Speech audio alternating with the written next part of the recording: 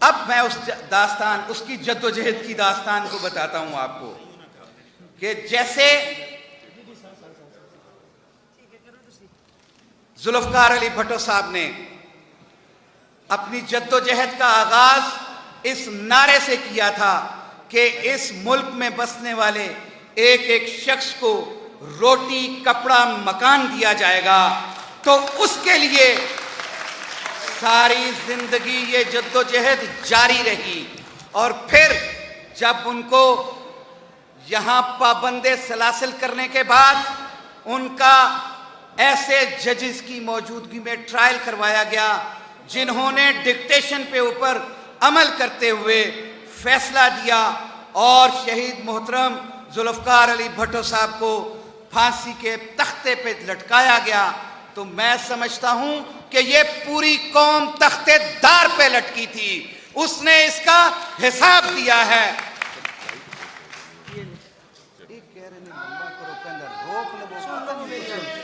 Live लंबी करो क्योंकि लाइव नहीं जा रहा है। वो कह रहे हैं कि लाइव जाएगा तो फिर इन्हों कहते जो कहता है चेयरमैन को दस दिता है, चेयरमैन लाइव जाएगा तो गल बनेगी ना। उत्थे तकरीर हो रही है ओदी प्राइम मिनिस्टर की काकड़ की, तुसी लंबी करो तकरीर, कुछ नहीं होता। मैं चेयरमैन को कह दूं पूछ लो, पूछ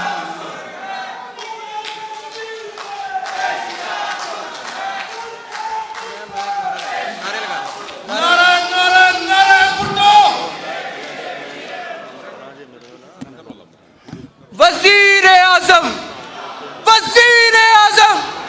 भुट्टो का नवासा, बीबी का बेटा, वजीर आजम तो मस्त कलंदर, हर दिल दे अंदर, पंजाब का पुत्र, खैबर का बेटा है सिर्फ तुम्हारा नारा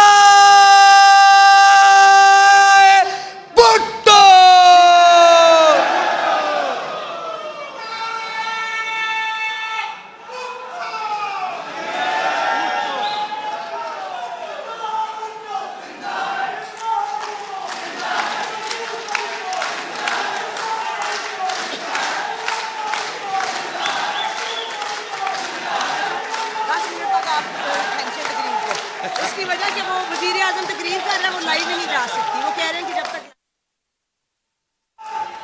ठीक है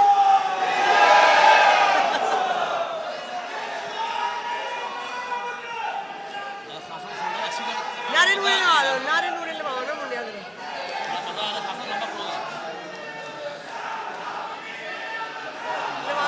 लान दे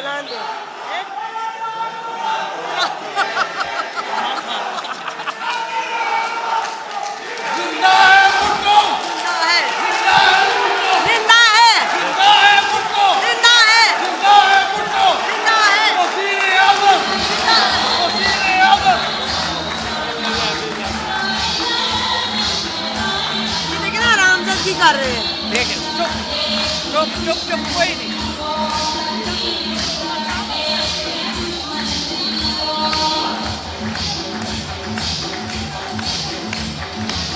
जिस तरह से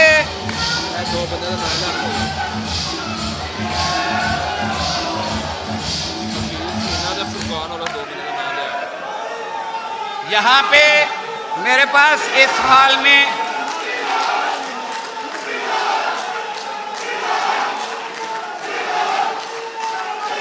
अकील चीना साहब और फरकान औलख साहब यहाँ तशरीफ फरमा है। House in order please.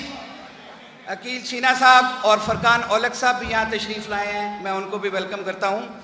अच्छा, मैं बात कर रहा था कि इस मुल्क को जिसने आइन दिया, उस आइन की बदौलत आज ये फेडरेशन कायम है।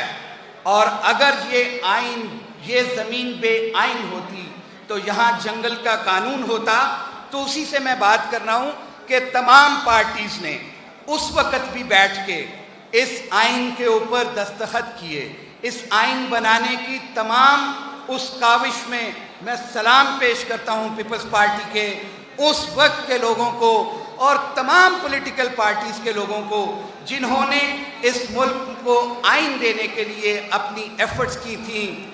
आज भी वो वक्त है जिस वक्त इन तमाम पार्टीज को बैठ के इस बात पे सोचना होगा कि जमहूरियत डीरेल होने से कैसे बचानी है, यहाँ पे ताले आजमा हर वक्त अपनी ताक में होते हैं।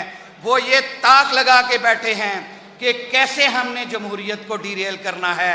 हमेशा से जद्दोजहद पाकिस्तान पीपल्स पार्टी की, इसमें कोई दूसरी राय नहीं है। इन्होंने जेलें भी काटी, इन्होंने किले भी काटे, इन्होंने अपनी समातों से भी लोग महरूम हुए, अपनी जानों के नजराने भी दिए। और वो सारे के सारे किस लिए? इस मुल्क में आइन और कानून की बालादस्ती हो, इस मुल्क में बसने वाले हर शहरी को उसके बुनियादी हुकूक दिए जाएं। आज भी बुनियादी हुकूक छीन के लोगों से जुबान खींची जा रही है, लोगों को राइट ऑफ इंफॉर्मेशन नहीं दिया जा रहा, लोगों को राइट ऑफ फेयर ट्रायल नहीं दिया जा रहा। तो क्यों ये आज ये चीज़ें इस वक्त पे खड़ी हैं? इसलिए कि यहाँ पे हमेशा कोई ना कोई तजुर्बागाह बनाई जाती है और हम अपने इस मुल्क को तजुर्बागाह नहीं बनने देंगे और हम इसमें हमेशा जद्दोजहद जारी रखे हुए हैं। और आखिर में यहाँ पे आए हुए मैं तमाम दोस्तों का शुक्रगुजार हूँ कि उन्होंने अपने आए हुए लीडर जनाब मोहतरम बिलावल भुट्टो जरदारी साहब को वेलकम किया। और इस हाउस का हमेशा से ये तुर्रा इम्तियाज रहा कि यहाँ पॉलिटिकल लीडर्स आने में फ़ख्र महसूस करते हैं। और आज इसी प्लेटफॉर्म से मैं अनाउंस करने जा रहा हूँ कि तमाम पॉलिटिकल पार्टीज़ के लीडर्स को मैं यहाँ पे दावत देने जा रहा हूँ ताकि इस मुल्क में फेयर फ्री इलेक्शंस हो सकें और आइन की रूह के ऐन मुताबिक यहाँ पे फैसले हों। और जो ये अवाम फैसला देगी, जो ये लोग फैसला देंगे, उसको सब लोग तस्लीम करेंगे। आप तमाम दोस्तों का शुक्रिया। Thank you very much. अच्छा, मैं जी बड़ी मेहरबानी, थैंक यू वेरी मच।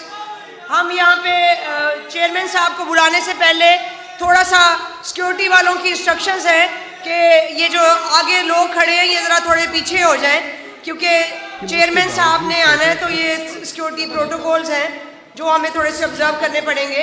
आप दोस्त ज़रा, हाँ जी, आप थोड़ी सी ज़रा स्पेस क्रिएट कर दें।